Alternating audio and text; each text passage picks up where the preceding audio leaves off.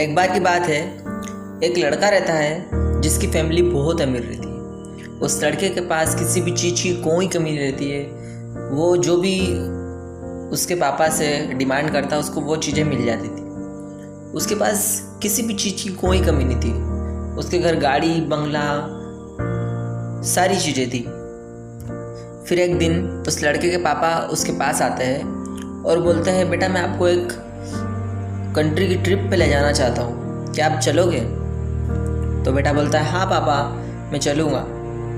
तो इस तरह वो अपनी ट्रिप 6-7 दिन के लिए प्लान करते हैं। उसके पापा का मेन मोटिव ये था उस बच्चे को ट्रिप पे ले जाने का कि वो बच्चा देखे अपने आसपास कि आसपास सोसाइटी में कैसे कैसे लोग जीते हैं, कैसे कैसे लोग रहते हैं, किन किन परेशानियों के साथ रहते हैं, कोई कितने गरीब रहते हैं।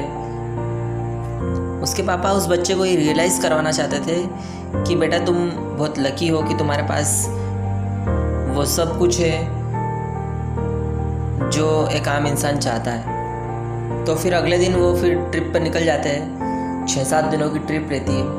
वो एक गांव में जाते हैं। वहाँ पर तो वो पहुँचते हैं एक गांव में और वो एक शख्स के यहाँ जाते हैं। वो थोड़ा गरीब होता है पर वो उसके वहाँ जाके बोलते हैं कि मैं आपके गांव में ट्रैकिंग करने आया हूँ, क्या आप मुझे आपके यहाँ 4-5 दिन के लिए रख सकते हो? इसके बदले मैं आपको कुछ पैसे भी दूंगा, बस मुझे गांव के रहन सहन का अनुभव करवा दो। तो वो शख्स बोलता है, हाँ ठीक है, आप रह सकते हो मेरे घर। तो फिर उस रात वो बच्चा और उसके पापा दोनों उस गांव वाले शख्स के घर रुकते हैं।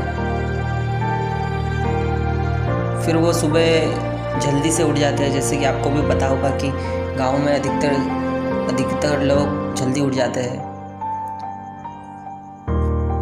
फिर गांव में जानवरों को चराने ले आते हैं।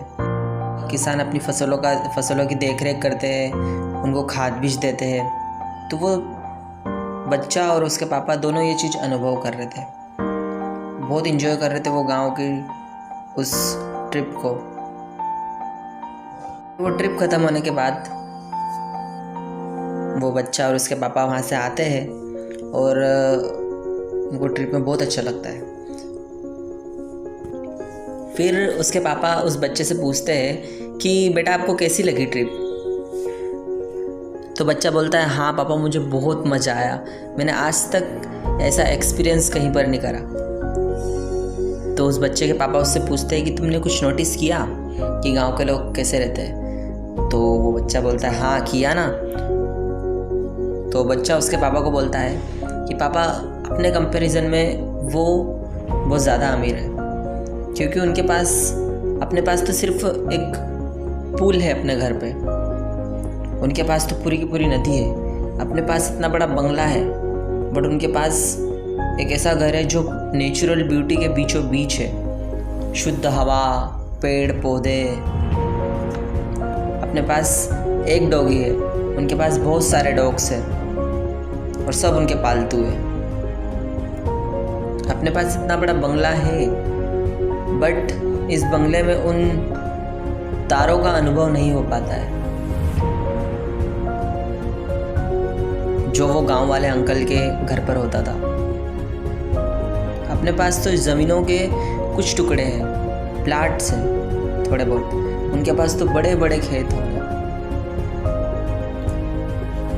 पापा अपन ने अपनी सेफ्टी के लिए बॉडीगार्ड्स लगा रखे बट उनको इस सब की कोई ज़रूरत नहीं, क्योंकि उनके फ्रेंड्स ही काफ़ी उनकी सेफ्टी के लिए। तो इस तरीके से वो बच्चा अपने पापा को ये सब बातें बताता है, अपना एक्सपीरियंस बताता है। तो वो उसके पापा एकदम शॉक हो जाते हैं, हैरान हो जाते हैं कि मतलब उसके पापा की आंखें खुल जाती कि हाँ मेरा बच्चा सच बोल रहा है और ये this is the real beauty and this is the real wealth. फिर वो बच्चा बोलता है कि थैंक यू सो मच पापा, आपने मुझे इतनी अच्छी ट्रिप पे ले गए, मुझे बहुत अच्छा एक्सपीरियंस हुआ। सो आप अपनी लाइफ में देखिए कि व्हाट इज़ ट्रू वेल्थ। अगर आपके पास बहुत सारा पैसा है, आप सब कुछ खरीद सकते हो, बट आपके पास फैमिली मेम्बर्स नहीं है, घर परिवार, प्यार नहीं है, आपकी लाइफ में फ्रेंडशिप नहीं है, दोस्ती यारी नहीं है, तो वो सब कुछ काम का नहीं रहता है। और दूसरी तरफ आपके पास भले ही कम पैसा हो, बट आपके पास प्यार है, घर परिवार है, यारी दोस्ती है, तो आप उस पैसे वाले व्यक्ति से बहुत खुश रहोगे। सो आपके पास लाइफ में जितनी भी चीज़ें हैं, जितने भी इंसान हैं, आपकी लाइफ जैसी भी हो, तो गॉड को उसके लिए थैंक यू बोलिए। फिर से, अगर आपके पास एक घर परिवार है, सच्चा प्यार है, यारी दोस्ती है, तो आप बहुत अमीर हो उन लोगों से जिनके पास करोड़ों रुपए है बट वो डिप्रेशन की गोलियां खाते हैं। सो इस कहानी का मोरल ये है कि happiness is real wealth. So thank you so much for listening my story. If you like, so please like, share and subscribe. Thank you so much. God bless you.